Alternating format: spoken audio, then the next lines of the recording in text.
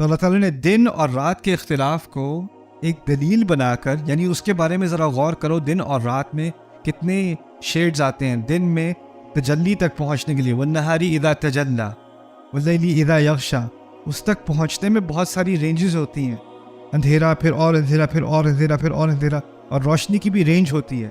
اسی طرح تمہاری ساری کوششوں کی بھی ایک پوری رینج ہے، پوری رینج ہے۔ سبحان اللہ، چھوٹی سی بات میں اتنا بڑا فلسفہ اللہ تعالیٰ نے پرو دیا۔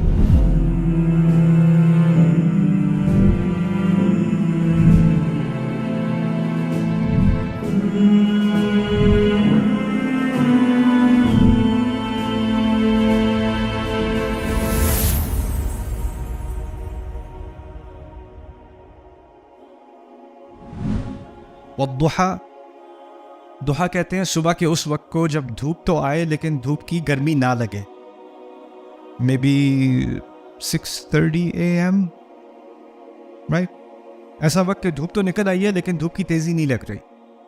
والضحیٰ واللیل اذا سجا، اور رات کا وہ وقت جب رات بالکل، کیا کہتے ہیں اس کو، اسٹل کو کیا، ہاں، سکتا جائے، چھا جائے، نہیں چھانے کا تو یغشا تھا، ساکن ہو جائے، یعنی سجا، کوئی حرکت نہیں ہو رہی، سجی، کچھ نہیں ہل رہا، موت کی جیسی سائلنس، اس کو سجا کہتے ہیں، سجی۔ تو کہا والضحیٰ، ایسا وقت جب چڑیوں کی آواز آنی شروع ہو جاتی ہے، حرکت شروع ہو جاتی ہے، ہوا فیل ہوتی ہے، زندگی ہوتی ہے، زندگی کا سب سے خوشگوار سین ہوتا ہے صبح کا وقت۔ کچھ لوگوں کی عادت ہوتی ہے وہ دیر سے اٹھتے ہیں، پھر ایک دن ان کو اللہ تعالیٰ کہیں سے توفیق دے دیتا ہے، وہ ایک دن جلدی اٹھ جاتے ہیں، پھر وہ کہتے ہیں چلو باہر واک کرنے چلتے ہیں۔ وہ باہر واک کرتے ہیں، کہتے ہیں میں آپ سے صبح ہر روز یہ واک کروں۔ کیا زبردست موسم، مجھے پتہ ہی نہیں تھا کہ ایسا موسم ہوتا ہے صبح کو۔ وہ ایک دن کا بخار ہوتا ہے، اس کے بعد وہ اتر جاتا ہے، لیکن کیونکہ ضحیٰ میں ایک عجیب زندگی کا منظر ہوتا ہے، وہ آپ جب اس کو ایکسپیرینس کرتے ہو تو وہ باقی پورے دن کی طرح نہیں ہوتا، اس کا ایک الگ مقام ہے پورے دن میں۔ اور رات کا سب سے ڈپریسنگ وقت کیا ہوتا ہے؟ جب سب حرکت بند ہو جائے۔ میری کچھ فیملی ڈنمارک میں رہتی ہے، تو میرا ڈنمارک میں آنا جانا ہوتا ہے کافی۔ تو ڈنمارک میں ایک سیزن آتا ہے کہ رات 3:30 بجے یا 3 بجے دوپہر کو رات شروع ہو جاتی ہے، وہ اگلے دن 7-8 بجے تک، 8 AM، رات ہی رات۔ اور اس سیزن میں ڈپریشن بہت آسان ہے، کیونکہ اس وقت اب فیسلٹیز آپ کے پاس ہیں ساری، شہر وہی ہے، فیسلٹیز وہی ہیں، کچھ نہیں بدلا، لیکن کیا ہے، دن کا اکثریت اندھیرے میں گزار رہا ہے۔ تو اس میں ہوتا کیا ہے کہ انسان کے اوپر ایک ڈپریشن سی آ جاتی ہے، اداسی سی آ جاتی ہے اس ماحول میں۔ سو وہ ہے واللیل اذا سجا اور والضحیٰ واللیل اذا سجا۔ اب ان دونوں کا اشارہ، ان دونوں قسموں کے بعد اللہ تعالیٰ نے کہا، یہ ہے جواب القسم، جس کو مقسم علیہ کہتے ہیں۔ ما ودعک ربک وما قلی، آپ کے رب نے آپ کو الوداع نہیں کہا، اور نہ ہی وہ آپ سے ناراض ہے۔ اللہ تعالیٰ اپنے رسول سے کہہ رہے ہیں کہ نہ آپ کے رب نے آپ کو الوداع کہا ہے، اور نہ ہی آپ کا رب آپ سے ناراض ہے۔ بڑے پیارے الفاظ ہیں، کیوں؟ کیونکہ جب ناراضگی کا لفظ آیا نا، ناراضگی کا لفظ یہاں کیا ہے پتہ ہے؟ قلا۔ اللہ نے ایسی محبت کا اظہار کیا یہاں پر کہ قلا کے ساتھ رسول کا لفظ نہیں ڈالا۔ وما قلا کا، آپ سے ناراض نہیں ہوا، وہ ہٹا دیا۔ وما قلا، وہ ناراض نہیں ہے، یہ نہیں کہا آپ سے ناراض نہیں ہے، کہا ناراض نہیں ہے، صرف اتنا کہہ دیا صلی اللہ علیہ وسلم۔ لیکن یہاں پر بتایا جا رہا ہے کہ جب وحی آتی تھی تو ایک نئی زندگی آتی تھی ہمارے رسول کے دل میں صلی اللہ علیہ وسلم، جیسے الضحیٰ، جیسے صبح کی خوشگوار موسم، ہر چیز روشن ہو جاتی تھی۔ پھر ایک عرصہ گزرا کہ اور مزید آیات اور مزید صورتیں آنی بند ہو گئیں۔ ایک فترہ، اس کو فترۃ الوحی کہتے ہیں، ایک ٹائم آیا، اس کچھ مہینے، ہو سکتا ہے سال کے قریب، کچھ پوری گارنٹی سے ہم نہیں کہہ سکتے، لیکن ایک لمبا عرصہ تھا جب قرآن آنا بند ہو گیا، اللہ تعالیٰ نے قرآن نہیں بھیجا، اور جب نہیں بھیجا تو لوگوں نے تانے دینے شروع کر دیے، کیا ہوا؟ ختم، بس، اور کچھ نہیں آیا۔ اور پھر ان کو ان کے تانوں سے کم فکر تھی، ان کو بس یہ فکر ہوگی کہ کیا میرا رب مجھ سے ناراض ہے اس لیے مجھ سے بات نہیں کر رہا؟ کیا میں اور صورتوں کا یہ جو اعزاز اللہ تعالیٰ نے مجھے دیا ہے کہ مجھ پر قرآن نازل کیا ہے، اب قرآن کا نازل مجھ پر ہونا بند ہو گیا ہے؟ تو وہ جو ڈپریشن تھی نا اس احساس کی، وہ کیسی تھی؟ جیسے رات ہوتی ہے جس میں زندگی کا زندگی کی کوئی جھلک ہی نہ نظر آ رہا۔ والضحیٰ واللیل اذا سجا، اور ان دونوں صورتوں کا رسول صلی اللہ علیہ وسلم کے جذبات سے تعلق ہے۔ ان جذبات کا اشارہ دے کر اس سے تعلق بنایا، نہیں حقیقت یہ ہے کہ نہ آپ کے رب نے آپ سے الوداع کہا ہے، نہ ہی وہ ناراض ہے۔ ما ودعک ربک وما قلی وَلَلْآخِرَةُ خَيْرٌ لَكَ مِنَ الْأُولَى، اور آخرت یہاں صرف دنیا اور آخرت کے مقابلے میں نہیں کہا، کیونکہ اگر ہوتا تو کہا ہوتا وَلَلْآخِرَةُ خَيْرٌ لَكَ مِنَ الدُّنْيَا، کیونکہ قرآن میں جو متضاد الفاظ آتے ہیں نا وہ ہے آخرہ اور دوسری طرف الدنیا، بل تؤثرون الحیات الدنیا والآخرۃ خیر وابقیٰ، ہے نا؟ یہاں پر دنیا نہیں ہے، یہاں کیا ہے؟ الاولا میں دو چیزیں شامل ہو گئی، ایک تو دنیا اور آخرت کا کمپیریزن ہو گیا، تقابل ہو گیا، اور پھر یہاں آپ کے مشن کا جو آخری حصہ ہے وہ آپ کے مشن کے پہلے حصے سے بہت بہتر ہوگا، آپ فکر نہ کریں۔ والآخرۃ یعنی آپ کے کام کا، آپ کے منصب کا آخری حصہ، اس کے آخری ایپیسوڈز اس کے پہلے ایپیسوڈ سے کہیں بہتر ہوں گے۔ یہ تو ایک سفر ہے جس سے آپ کو گزرنا ہے۔ وَلَلْآخِرَةُ خَيْرٌ لَكَ مِنَ الْأُولَى۔ This is actually one of my favorites. فَلَا أُقْسِمُ بِالشَّفَقِ، نہیں میں قسم کھاتا ہوں شفق کی۔ کبھی کبھی اقسام میں آپ دیکھیں گے والعصر والفجر واللیل، کبھی کبھی دیکھیں گے لا اقسم بیوم القیامہ، فلا اقسم بمواقع النجوم، فلا اقسم بالشفق واللیل وما وسق والقمر اذا اتسق لترکبن طبقا عن طبق۔ لا کا لفظ یہاں استعمال ہوتا ہے اس طرح جیسے انگلش میں اگر آپ کہو نا نو، پھر اس کے بعد ایک ایکسکلیمیشن مارک ڈال دو، نہیں، یہ کب کہتا ہے کوئی؟ سارے لوگ باتیں کر رہے ہیں اور بیچ میں کوئی آ کے کہے نو، اس سے کیا مطلب ہوتا ہے؟ میں بتاتا ہوں، shut up, stop talking, all of you are wrong، تم سب غلط ہو، تمہاری ساری سوچ غلط ہے، یہ ساری سوچیں چھوڑ دو، یہ ساری باتیں چھوڑ دو، اور اس سب کا خلاصہ ایک لفظ میں کیا ہے؟ لا۔ یہ لا اقسم اس طرح نہیں ہے کہ نہیں میں قسم نہیں کھاتا، یہ ہے نہیں میں قسم کھاتا ہوں، لا اقسم۔ تو یہ لا روک رہا ہے غلط سوچ سے، اور اب صحیح سوچ کی طرف انسانیت کو لایا جا رہا ہے۔ میں خود قسم کھاتا ہوں کس چیز کی؟ بالشفق۔ شفق کہتے ہیں جب آسمان میں I don't know my colors in Urdu, orange کو کیا کہتے ہیں؟ اورنج کہتے ہیں، چلیں اورنج، نارنجی، جب آسمان میں نارنجی رنگ آنا شروع ہو جائے، عصر کے بعد مغرب سے پہلے، عصر ختم ہو رہی ہے، مغرب آنے لگی ہے، اور آسمان میں ایک اس کا جو رنگ ہے وہ سرخ کی طرف جا رہا ہے لیکن سرخ ابھی ہوا نہیں ہے، اس منظر کو جیسے مغرب قریب آتی چلی جا رہی ہے اس وقت کو کہا جاتا ہے الشفق۔ واللیل وما وسق، اور پھر میں قسم کھاتا ہوں رات کے وقت کی جب وہ تاریکی کی طرف جائے، والقمر اذا اتسق، اور پھر میں قسم کھاتا ہوں اس چاند کی جو پورا چاند بن جائے، 14ویں کا چاند بن جائے، اذا اتسق۔ تو تین باتیں آئیں یہاں پر، ایک ہے اندھیرے کی طرف سفر ہو رہا ہے، پھر اندھیرا مکمل ہو گیا، پھر اس کے بعد چاند وہ باریک تھا لیکن وہ ہوتے ہوتے موٹا ہوتے ہوتے مکمل ہو گیا، والقمر اذا اتسق۔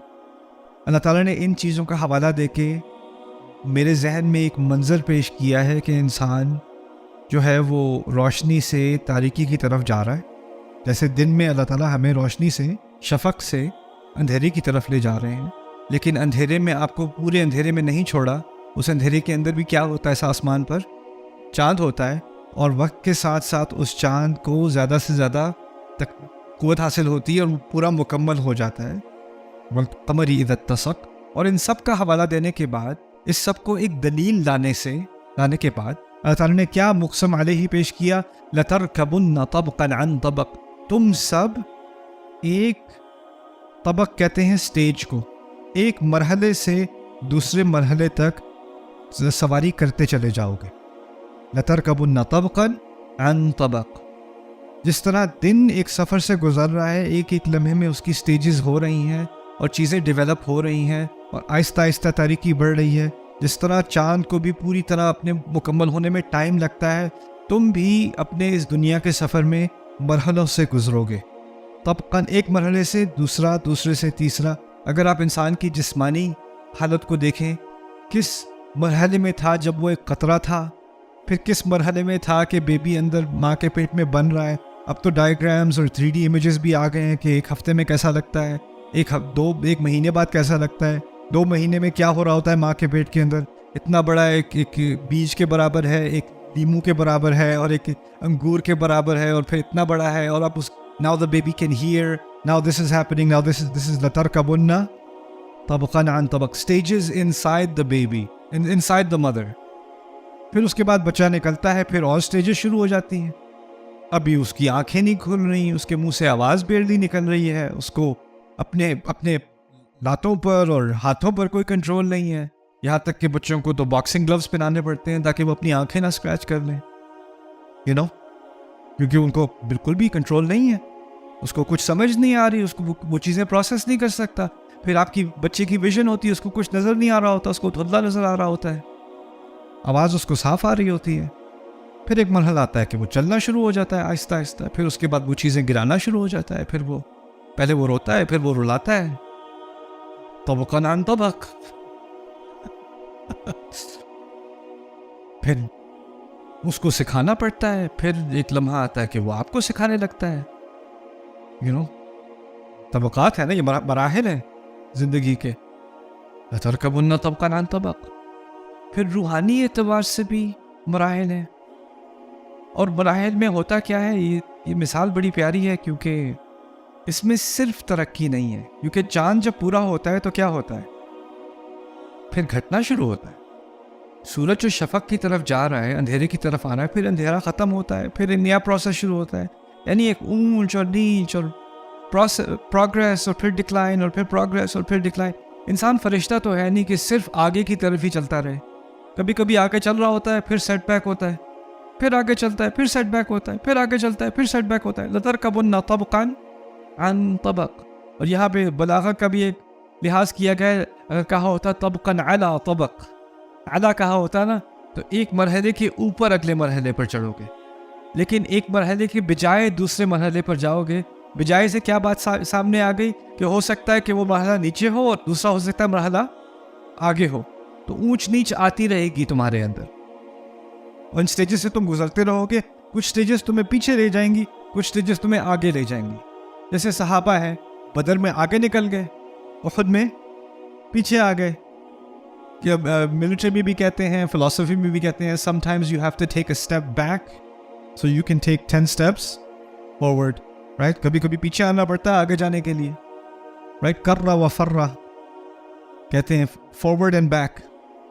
تو یہاں لَتَرْكَبُنَّ طَبْقًا عَنْ طَبَقٍ. اب ہمارے لیے کیا، کیسے اپلائی ہوتا ہے؟ آپ کی زندگی میں آپ کے اپنے پلانز ہوتے ہیں بڑے. پورا ہم اپنا ایک 10 ایئر پلان بنا لیتے ہیں کہ میں یہ بنوں گا یا یہ بنوں گی، اس کے بعد یہ ہوگا، پھر میری شادی ہوگی، پھر یہ ہوگا، پھر یہ ہوگا، پھر یہ. کیونکہ باقی سب نے پلان بنایا ہوا ہے تو میرا بھی پلان اسی طرح کا ہوگا. کسی کو دیکھ کے آپ اپنا پلان بناتے ہو کہ جیسا اس کا ہوا تھا ویسا ہی میرا بھی ہونا چاہیے. پھر اللہ تعالیٰ کہتے ہیں نہیں، آپ کا ایک اور پلان ہے. پھر وہ آپ کے پلان کو بالکل توڑ کے میرا تمہارے لیے کوئی اور پلان ہے. اور پھر انسان کہتا ہے نہیں، میرا پلان اتنا اچھا تھا، اللہ نے میرا پلان کیوں نہیں کرنے دیا؟ اللہ تعالیٰ آپ کیوں پلان بنا رہے ہیں، مجھے کیوں نہیں بنانے دیا؟ میری پلاننگ میں کوئی کمی تھی کیا؟ ہمیں کیا ہوتا ہے، اگر اللہ تعالیٰ کی کبھی کبھی اللہ کی تدبیر اور ہماری تدبیر ساتھ ساتھ چل رہی ہو، جو ہم چاہتے ہیں وہی اللہ بھی چاہتا ہے، پھر ہم خوش ہیں. پھر کبھی کبھی ہوتا ہے کہ اللہ کچھ چاہتا ہے جو ہم نہیں چاہتے، پھر ہم کہتے ہیں اللہ تعالیٰ come on, I'm a good planner. اللہ کا شکر ہے کہ دنیا، کائنات، حقیقت ہماری پلاننگ سے نہیں چلتی. ہماری پلاننگ سے چل رہی ہوتی نا، ہم کب کی انسانیت ختم ہو چکی ہوتی. کیونکہ اگر انسان کہے کہ میری خواہشات کے مطابق زندگی چلنی چاہیے، تو پھر آپ سے اگلے انسان کی بھی خواہشات ہیں، اس کے مطابق بھی زندگی چلنی چاہیے، اور اس سے اگلا ایک اور انسان ہے، اس کے مطابق بھی زندگی چلنی چاہیے، اور ان کا آپس میں کانفلکٹ ہوگا کہ نہیں ہوگا. اور اگر یہ سب کے مطابق چلنے لگے، انسانیت ختم. تو تم لوگ جو بھی چاہ لو، وَمَا تَشَاءُونَ إِلَّا أَن يَشَاءَ اللَّهُ، آخر میں اللہ کی مشیت چلے گی. اللہ کا ایک پلان ہے، لیکن اس پلان کے ناطے تم نے پروگرس ضرور کرنی ہے. لَتَرْكَبُنَّ طَبَقًا عَن طَبَقٍ، کوئی نہ کوئی اسٹیج سے تمہیں گزرنا ہوگا. سمجھ لو کہ یہ ایک مرحلہ ہے. کوئی بھی انسان اس آیت کے بعد اگر اس پہ تدبر کرے تو اس کے ذہن میں یہ بات، اس کے دل میں یہ بات کھپ جائے کہ جس مقام پہ میں ابھی کھڑا ہوں یا کھڑی ہوں، یہ بس ایک مرحلہ ہے، اور اس سے آگے ایک اور مرحلہ آنا ہے. اب مجھے اس مرحلے کے لیے تیاری کرنی ہے. یا اگر اللہ نے کوئی نیا چیلنج دے دیا، کسی نئی مشکل میں ڈال دیا، یا کوئی نیا موقع میرے سامنے رکھ دیا، تو یہ ایک نیا مرحلہ شروع ہونے والا ہے. اب مجھے اس کے بارے میں آگے سوچنا ہے. ہم کیا کرتے ہیں؟ آگے کے سوچنے کی بجائے یا اللہ وہ جو پہلے تھا اسی طرح دوبارہ کر دینا. ہم پیچھے دیکھتے رہتے ہیں، ہمیں آگے نہیں دیکھنا، پیچھے دیکھنا. لیکن اللہ تعالیٰ کہہ رہے ہیں کہ نہیں، یہ سورج جو ہے، اب یہ شفق آیا ہے نا، تو یہ واپس دوپہر کی طرف نہیں جائے گا، اب اندھیرا پڑے گا. اور اندھیرا آئے گا تو پھر ایک نئی روشنی آئے گی، باریک سی، اور باریک سی روشنی کے بعد تھوڑے تھوڑے روشنی میں اضافہ ہوگا. آخر کار آ کے وہ پھر پوری روشنی پوری ہو جائے گی، پھر وہ بھی غائب ہو جائے گی، پھر ایک نیا پروسیس شروع ہوگا. تو اسی لیے ہمیں بھی اپنی زندگی میں ایک چیز ایکسیپٹ کر لینی چاہیے، قبول کر لینی چاہیے کہ ہم ایک ہی طرح، ایک ہی مقام پر، ایک ہی صورتحال میں نہیں رہ سکتے. ہمیں مراحل سے گزرنا ہوگا. لَتَرْكَبُنَّ طَبَقًا عَن طَبَقٍ. اس کے بعد والی آیت بھی بڑی پیاری ہے. فَمَا لَهُمْ لَا يُؤْمِنُونَ، کیا مسئلہ ہے ان کا، ایمان نہیں لاتے؟ یہ سوال پوچھا ہے ان اقسام کے بعد اللہ تعالیٰ نے. اس کے بعد میں آپ کو آپ کی پہلی بریک دوں گا. وَالْعَادِيَاتِ ضَبْحًا فَالْمُورِيَاتِ قَدْحًا فَالْمُغِيرَاتِ صُبْحًا فَأَثَرْنَ بِهِ نَقْعًا فَوَسَطْنَ بِهِ جَمْعًا. یہ آیات بہت منفرد ہیں قرآن میں.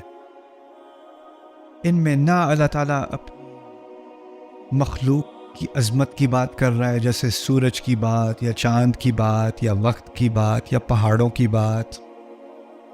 نہ اس میں کوئی روحانی بات کر رہا ہے، جیسے اللہ تعالیٰ فرشتوں کی بات کریں، یا آخرت کی بات کریں، یا وحی کی بات کریں. جیسے سورہ یاسین میں تو قرآن کی قسم کھائی ہے نا، والقرآن الحکیم، یاسین والقرآن الحکیم. لیکن یہاں پر عجیب چیز کی قسم کھائی ہے. کہتے ہیں العادیات. العادیات عدو سے نکلا ہے، عدو دشمن کو کہتے ہیں. عادیات دشمنی کرنے والے گھوڑے. دشمنی کرنے والے گھوڑے، جو گھوڑے جنگ کے لیے تیار کیے جاتے ہیں نا، حملے کے لیے، ان کو عادیات کہا جاتا ہے، کیونکہ وہ لحاظ نہیں کرتے چلتے وقت. وہ خطرے کو دیکھنے کے باوجود خطرے کی طرف نکل جاتے ہیں. ضبح کہتے ہیں زور سے سانس لینے کو، جیسے گھوڑے کی سانس ہوتی ہے نا. I'm very good at that. This is وَالْعَادِيَاتِ ضَبْحًا. The ضبح is that sound. عربی زبان میں نا کسی چیز کی ایک آواز ہو، اس کی آواز کی نقل کرنے کی بھی کوشش کرتے ہیں کبھی کبھی اپنے الفاظ سے. کوے کی آواز کو پتہ عربی میں کیا کہتے ہیں؟ عاقی عاقی عاقی عاقی. آپ کو پتہ نہیں ہوگا بکواس کے لیے عربی میں پتہ کیا لفظ ہے؟ بکواس کے لیے بک بکا. ہم جو کہتے ہیں نا بک بک کر رہا ہے، یہ اصل میں بک بکا ہے. They call it بک بکا. والعادیات ضبحا. اب ایک سین کھینچا جا رہا ہے، گھوڑے ہیں، حملہ کرنے کے لیے نکلے ہوئے ہیں، تیزی سے چلائے جا رہے ہیں، یہاں تک کہ ان کی سانس زور سے آ رہی ہے. ضبحاً کے اگلی قسم میں آپ دیکھیں گے فا ہے. والعادیات ضبحا، فا، وا نہیں ہے.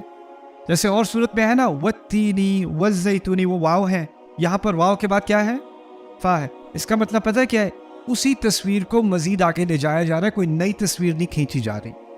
اگر الگ الگ تصاویر ہوتی نا تو وا اور وہ الگ الگ سینز ہیں، لیکن اگر وا کے بعد فا آ رہا ہے تو وہ پہلا ہی سین ہے، اس میں مزید ایک اینگل ڈالا جا رہا ہے. تو اب کیمرے کو آپ سوچ لو کیمرے کے بارے میں کہ گھوڑے ہیں، اس کے منہ کی طرف کیمرہ کیا، وہ زور زور سے سانس لے رہا ہے اور تیزی سے اس کو چلایا جا رہا ہے، حملہ کرنے والا گھوڑا. فالموریاتی، ایرا کہتے ہیں چنگاری کو نکالنے کو. اب کیمرہ گیا گھوڑے کے پیر کی طرف، کیونکہ اس کے ہارس شو جو اس کے جوتے بنائے ہوتے ہیں وہ لوہے کے ہوتے ہیں نا، تو وہ جب پتھر پہ لگتے ہیں تو کیا ہوتا ہے؟ چنگاری نکلتی ہے. قدح کہتے ہیں اس چنگاری کو، قدحن. جب ہٹ کرتا ہے اس کو قدح ہٹ کرنے کو کہتے ہیں. جب وہ لگتا ہے زور زور سے تو چنگاریاں نکل رہی ہیں. یہ بیسکلی ایک ایکشن مووی کا اوپننگ سین ہے. بیسکلی پہلے سین میں گھوڑے تیزی سے جا رہے ہیں، آپ کا کیمرہ جو ہے وہ کیمرہ جو بالکل گھوڑے کی شکل پر آ گیا، اور پھر اگلے سین میں کیمرہ کہاں گیا؟ پیروں پر. آپ کو چنگاریاں نکلتی نظر آ رہی. پھر موریاتی قدحا فالمغیراتی، پھر کیمرہ پیچھے ہٹا، دور کا اینگل. مغیرات کہتے ہیں اغارہ سے نکلا ہے، اغارہ یغیر اغارتن فہوا مغیر. صرف اسٹوڈنٹس جیسے اقامہ یقیم اقامتن فہوا مقیم. تو مغیرات کہتے ہیں جو ڈاکہ ڈالتے ہیں نا، اسے مغیر کہتے ہیں، مغیر. اور اغارہ کہتے ہیں ڈاکہ ڈالنے کو. مغیرات یہ ڈاکہ ڈالنے لگے ہیں. یہ گھوڑے کس مقصد سے جا رہے ہیں؟ ڈاکہ ڈالنے کے لیے. اچھا، ڈاکہ ڈالنے کے لیے سب سے بہترین وقت کیا ہے؟ نام، رات کا وقت. سب سے بہترین وقت ڈاکہ ڈالنے کے لیے رات کا ہے. کیوں؟ آپ کا دشمن سو رہا ہے، پہلی بات. دوسرا، آپ نے ڈاکہ ڈالنے کے لیے کوئی 6 گھنٹے نہیں لگانے، آپ 2 منٹ میں پورا کام کرنا ہے جو کرنا ہے، اور پھر آپ نے کیا کرنا ہے؟ بھاگ جانا ہے، کیونکہ رات کا وقت ہے. پتہ نہیں چلے گا کس طرف گئے، کہاں گئے، کیونکہ آپ کو نظر نہیں آ رہا، ٹریس لگانا مشکل ہو گیا. تو اگر واقعی سکسیسفل ڈاکہ ڈالنا ہے، اگر کسی نے واقعی کوئی کرائم کرنا ہے، تو کرائم کس ٹائم پر زیادہ ہوتا ہے، دن میں یا رات میں؟ رات میں زیادہ ہوتا ہے. تو اور دوسری بات یہاں میں نے کہی نہیں، پہلے میں اب سمجھاتا ہوں آپ کو. یہاں پہ آت آ رہا ہے نا، والعادیاتی فالموریاتی فالمغیراتی. آت جو ہے نا، اس کو جمع قلہ کہتے ہیں. پچھلے کچھ سیشنز پہلے میں نے آپ کو بتایا تھا کہ جمع کی مختلف اقسام ہوتی ہیں. جو جمع کم کے لیے ہو اس میں آت بھی لائی جاتی ہے، یعنی یہ 10 سے کم گھوڑوں کی بات ہو رہی ہے. جمع قلہ یہ کم ہے. یہ کوئی بڑی فوج نہیں ہے جو کہے کہ ہم دن دہاڑے دشمن کا سامنا کریں گے کیونکہ ان کے پاس 10,000 کی فوج ہے اور وہ آگے نکل رہے ہیں. پھر ان کو عادیات نہ کہا ہوتا، عادیہ کہا ہوتا. وہ اصل میں تا مربوطہ استعمال ہوتی زیادہ کے لیے، لیکن آت ہے کم کے لیے. تو کیونکہ یہ کم ہے تو ان کو چاہیے اسٹریٹجک ایڈوانٹیج، ان کو کوئی ایسا ہیلا استعمال کرنا پڑے گا کہ ان کی کیمپین جو ہے وہ کامیاب ہو. تو توقع یہ ہے کہ یہ رات کو کریں گے. لیکن اللہ تعالیٰ نے کیا کہا ہے یہاں پر؟ فالمغیراتی صبح کا لفظ ہمیں بھی پتہ ہے. کب حملہ کرنے لگے ہیں، کب ڈاکہ ڈالنے لگے ہیں؟ صبح کے ٹائم. یعنی یہ کچھ ایسی جنگجو قسم کی کا یہ کوئی گروہ ہے جس کو فکر نہیں کہ دن دہاڑے ہم آگے بڑھ رہے ہیں. چنگاریاں اٹھ رہی. پر چنگاری والی بات بھی اب عجیب لگ گئی، کیونکہ دن میں دھند ہوتی ہے، صبح میں دھند ہوتی ہے، تو پتھروں پر ہلکا سا پانی ہوتا ہے، اور پانی ہونے کے باوجود کیا ہو رہا ہے؟ چنگاریاں نکل رہی ہیں. یعنی اس ایکشن میں مزید اضافہ ہو گیا. پانی کے باوجود چنگاریاں نکل رہی. فالمغیرات صبح. اگر وہ صبح کو نکلتے ہیں تو کیا دشمن ان کے لیے تیار ہے جس پر یہ حملہ کرنے لگے ہیں؟ کیونکہ صبح کو نظر آ جائیں گے نا دور سے آتے ہوئے، تو وہ کیا تیار ہو جائیں گے؟ ہاں، تلواریں نکل آئیں گی. رمح، رماح کو اردو میں کیا کہتے ہیں؟ اسپیئر.